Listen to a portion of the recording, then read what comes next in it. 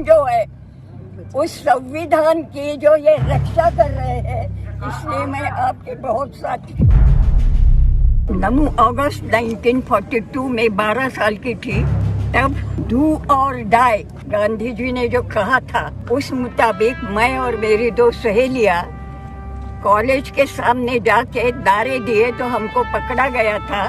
शाम तक पकड़ के पुलिस चौकी में रखा और बाकी छोड़ दिया।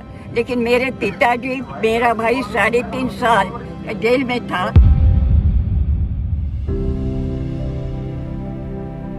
आज ये सब लोग जो कर रहे हैं, मुझे बहुत अच्छा लग रहा है।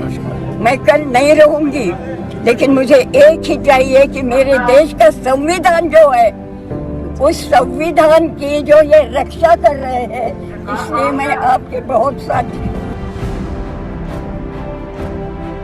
मरूंगी तो शांति से मरूंगी, संदेश दूंगी, उनको कहूंगी कि चिंता मत करो, मेरे लिए सब जो लोग हैं।